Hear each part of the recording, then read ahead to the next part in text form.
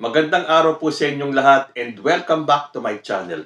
For today, gusto kong mag-share sa inyo ng isang article na nabasa ko sa The Manila Times sa column ni Professor Antonio Contreras. Ang title po ng kanyang article, The Surprising Marcos Presidency. On the contrary. So kung gusto niyo pong mabasa yung buong article, punta po kayo sa The Manila Times at hanapin niyo po yung kanyang column. This was published December 2, 2023.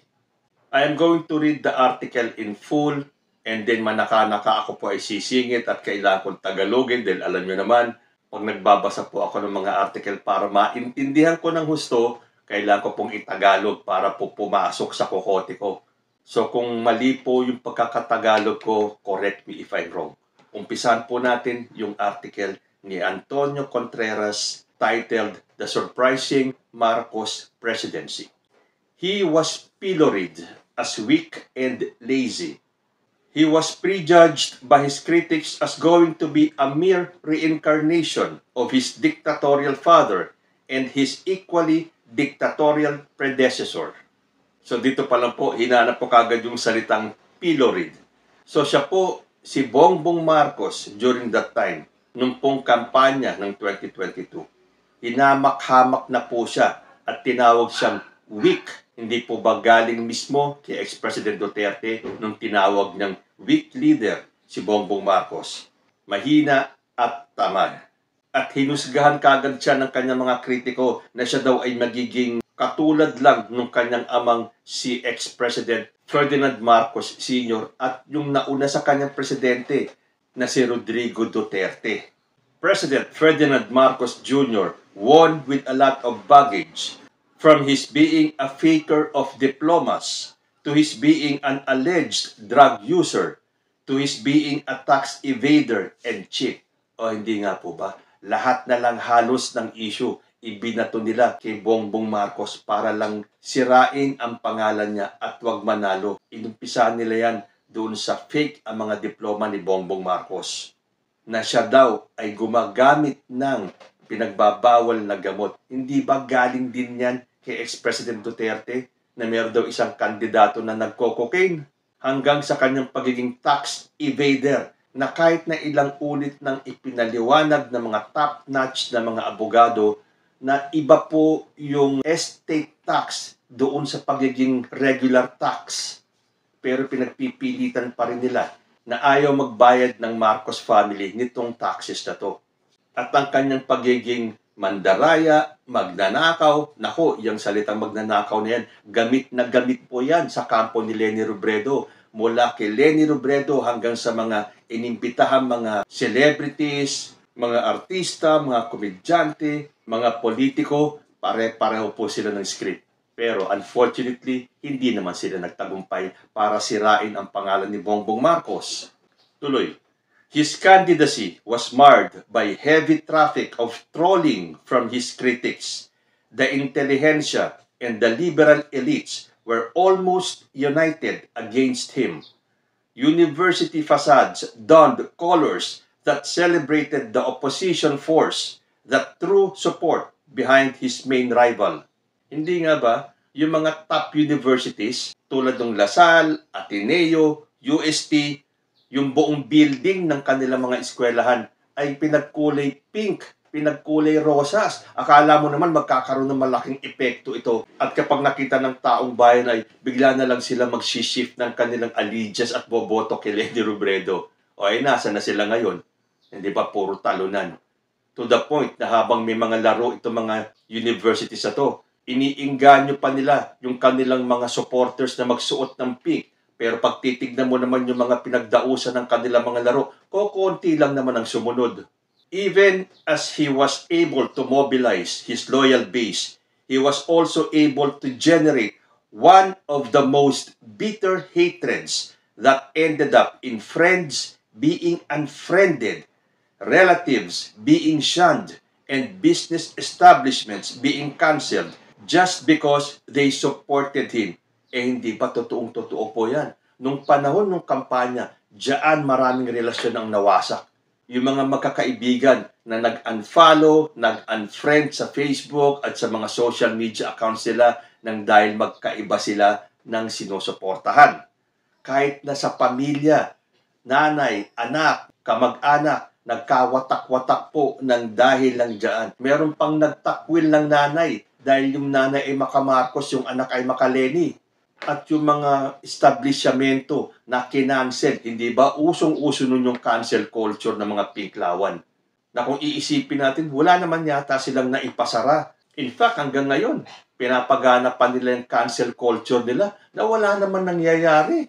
Sa huli, sino ba ang na-cancel? Di sila, kinancel sila ng taong bayan. Hindi lang ng mga supporters ng PBBM. Siyempre, yung supporters ni Isko Moreno, Manny Pacquiao, at nung ibang mga presidentiables.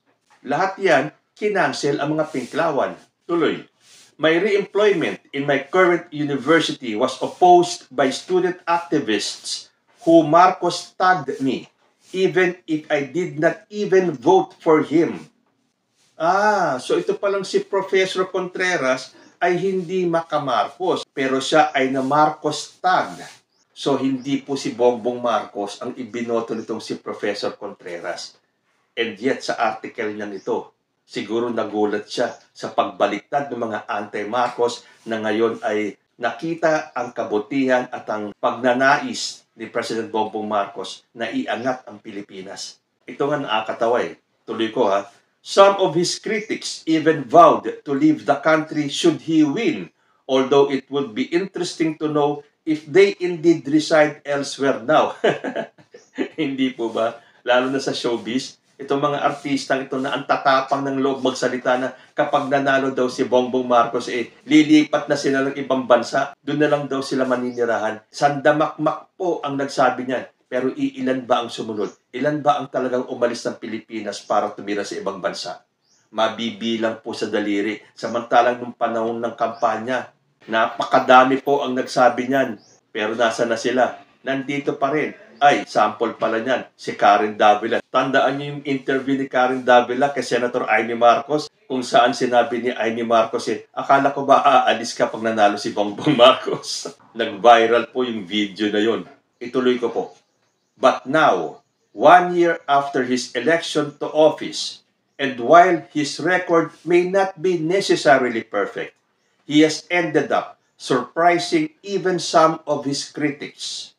While some are still curled up in their own echo chambers, nursing forever the wounds of their electoral defeat, living in a world where they keep on resurrecting narratives that were already thrown at him but simply did not work. O hindi ba, kahit na hanggang ngayon, may mga makukulit pa rin na pinapaulit-ulit pa rin yung mga issues na ibinato na kay Bongbong Marcos na napatunayan naman na mali, pero hindi nila matanggap, kaya pinauulit-ulit.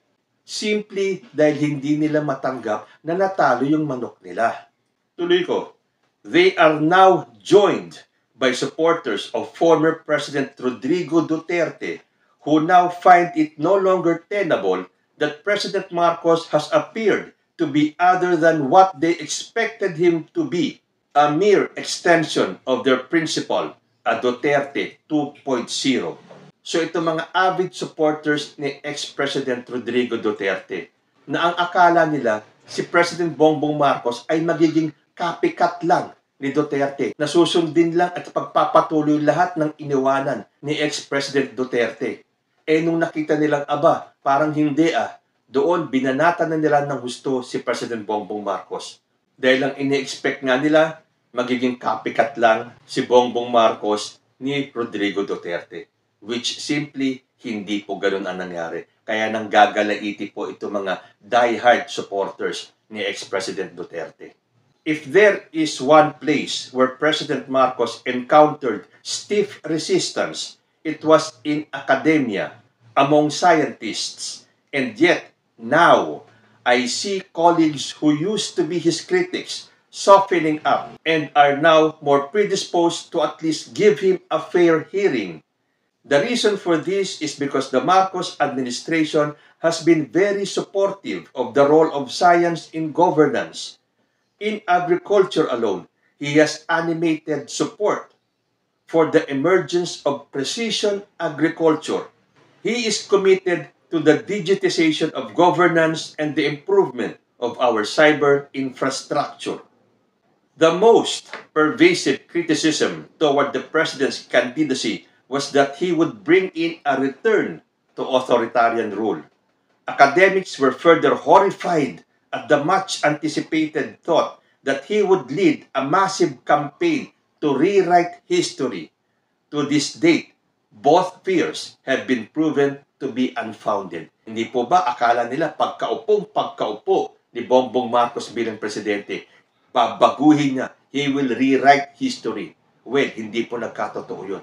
Ano lang ba ang nangyayari ngayon? Ipinagpapatuloy ang history at itinatama yung mga maling mga naratibo na pinakalat ng mga dilawan the past 3 decades. Ano bang masama doon? Kung alam mo na mali ang kanilang ipinakalat ng mga kasinungalingan, hindi ba tama lang na iwasto lahat yon? Para sa akin, wala pong binabago sa history. Ito po ay ipagpapatuloy. At tapos na po yung panahon ng mga dilawan. It is time for the Marcoses to write this new chapter of our history. Although may mga nabasa ako na meron daw dapat aalisin or babaguhin sa mga history books natin, isa na po dito yung tinatawag na Marcos dictatorship. Ang gusto yata alisin yung pangalan ni Marcos, although andun pa rin yung dictatorship. Dahil hindi na po maaalis yan eh. Totoo pong nagkaroon ng dictatorship. Pero ang tanong dyan, was it a good or was it a bad dictatorship? Well, para po sa mas nakararami, mabuti po ang kinalabasan ng dictatorship nung panahon ni President Marcos Sr. Again, yan po ay conforme kung saan kayong side nandoon. Far from being a dictator, he has allowed political institutions their liberty and space. No less than former Senator Laila De Lima has thanked him for allowing justice to take its natural course and for not intervening in her case, which eventually led to her being freed on bail. Yan nga po, di ba, isinisisi na naman ng mga kalaban itong pagkakalaya kay De Lima kay President Bongbong Marcos. Ano bang pakialam ni President Bongbong Marcos sa judiciary? Magkahiwalay po yan ng powers. Kasi ang gusto nila, makialam si Bongbong Marcos sa judiciary at huwag payagan makapag-post ng bail si De Lima. So dyan pa lang po, napatunayan natin na gumagana po ang ating justice system. At hindi po nakikialam ang executive sa judiciary. Tungkol naman sa war on drugs. The war on drugs, which was the signature campaign, albeit controversial and marred with allegations of human rights abuses of the previous administration, has taken a radical turn away from low-intensity level apprehensions and harassments of petty sellers and users and into more strategic operations targeting big players. More importantly, added emphasis has been placed in treating drug use as a health problem and not a mere police problem. Diyan po binabanatan ng mga DDS si President Bongbong Marcos dito sa war on drugs. Lumambot daw si President Bongbong Marcos dito sa war on drugs. Porque magkaiba ang atake ng dalawang presidenteng ito. Porque hindi itinuloy ni President Bongbong Marcos yung style ni Rodrigo Duterte.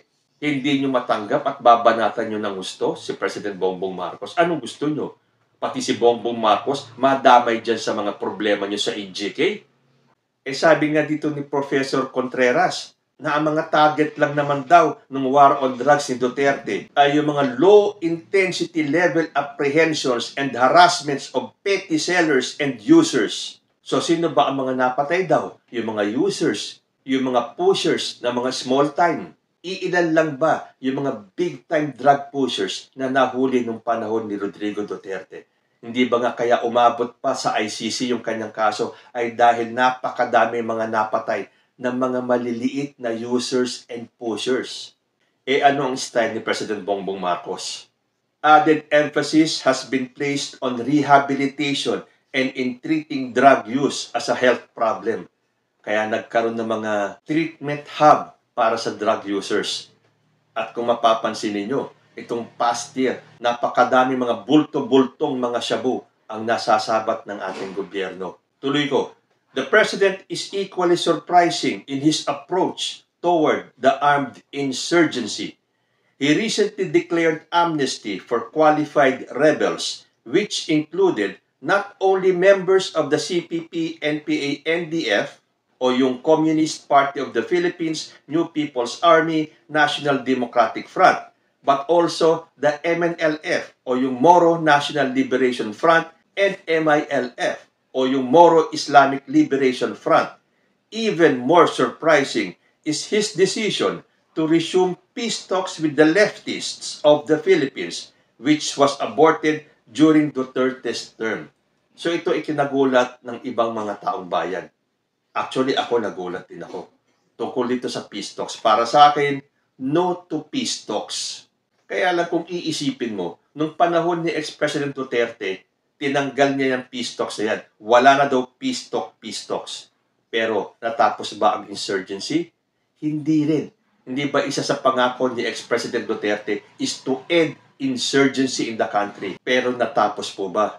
Hindi rin. So ano ba naman itong bigyan ulit ng pagkakataon ang peace talks? And I'm sure kung sakaling gawin ulit ng mga insurgents yung ginawa nila nung panahon ni ex-President Duterte, kasi alam ko dati, correct me if I'm wrong, meron nang nagaganap na peace talks pero umaatake pa rin ang mga kalaban. Kaya doon inabort ni ex-President yung mga peace talks na yan. Tuloy ko, the President has shifted his focus toward external security threats, particularly in the West Philippine Sea. He has become more hawkish in his approach toward China and has vowed that he is not going to surrender a single inch of the country's territory or those to which we have been given sovereign rights. He has reestablished our military alliance with the United States and has enlarged this to now include other states like Japan, Australia, Canada, and European countries. While he continues to defend Philippine sovereignty in relation to the role of the ICC o yung International Criminal Court on the matter of the cases filed against former President Duterte as he opposes ICC's acquisition of jurisdiction over the matter, he nevertheless expressed openness to the possibility of the Philippines joining the ICC. These are moves that align with the stance of the liberal progressives to the chagrin of Duterte and his supporters and defenders. They accuse Marcos of turning his back on Duterte's initiatives and now paint him as allowing the House of Representatives to make moves that tend to undercut the former president's position and political standing. Iyan na nga ba ang sinasabi ko eh. Hindi nga po ba magkakahiwalay ng powers ang three branches of government, executive, judiciary, saka yung legislative. Pero anong gusto mangyari ng mga Duterte supporters and defenders? Makialam si Bongbong Marcos sa House of Representatives, sa Supreme Court, at inaakusahan pa nila si Marcos on turning his back on Duterte's initiatives. Ano ba talaga ang gusto nyo? Maging anino si Bongbong Marcos ni ex-President Duterte? Hindi na po si Rodrigo Duterte ang presidente, si Bongbong Marcos na po. At kahit ano pa ang gusto nyong gawin, na itong si Bongbong Marcos bumuntot-buntot lang at gawin lang ang kagustuhan ni ex-President Duterte, hindi po ganoon. Di sana si Duterte na lang naging presidente ulit. Si Bongbong Marcos na po ang presidente and he can decide for himself kung ano sa tingin niya ang mas makabubuti sa ating bansa. Hindi niya po kailangan i-please si Duterte. May mga inumpisahan po si ex-President Duterte na ipinagpapatuloy ni Bongbong Marcos pero hindi nangangahulugan na lahat na lang ng programa, lahat na lang ng mga inisyatibo ni ex-President Duterte ay sasang-ayunan at ipagpapatuloy ni President Bongbong Marcos. Si Bongbong Marcos ay hindi copycat at hindi anino lang ni Rodrigo Duterte. Indeed, President Marcos has practically reversed all of Duterte's initiatives, from the drug war to the anti-insurgency campaign to the policy on China and the US. While Marcos opposes the ICC's intervention in Duterte's case, he nevertheless is open to the ICC having the legal authority to act in the future on cases that are brought to it. Some Duterte defenders and Marcos critics are criticizing Marcos for equivocating, which for them is a sign of weakness. Yet, they miss a finer detail of his stance. What Marcos is impressing on us is that our membership in the ICC should not be held hostage by one case and to protect one person, even as the legitimacy of its intervention should always depend on whether it respects our sovereignty. So hindi nga ba ngayon, lalo na itong mga makabayan black na tuwang-tuwa, napapapasukin na daw ni President Bongbong Marcos ang mga ICC investigators para imbestigahan si ex-President Duterte. Pero nanindigan pa rin si President Bongbong Marcos na hindi siya papayag na maimbestigahan si ex-President Duterte ng mga taga-ICC dahil para kay President Bongbong at sa maraming Pilipino, gumagana ang sistema natin dito sa Pilipinas at dapat dito litisin si Duterte. At hindi siya papayag na mga banyaga ang lilitis kay ex-president. Ganun lang kasimple yun. Kung tayo ay sasali ulit, posible. Pero, dapat itigil ang investigasyon kay ex-president Duterte. So ano ba ang sabi ni Professor Contreras dito? Actually, what President Marcos is saying to the ICC is that our system of justice is well and good, enough for us to rejoin it, and thus it should not meddle in our right to prosecute our former president. End of article. Ayan po, galing sa isang tao na hindi naman ibinoto si President Bongbong Marcos nung nakaraang eleksyon. Kayo na po ang humusga. Tama ba itong mga obserbasyon ni Professor Antonio Contreras sa ating presidente at sa kanyang presidency? Ano po ang masasabi ninyo? Comment lang po down below and I will see you next time. Peace.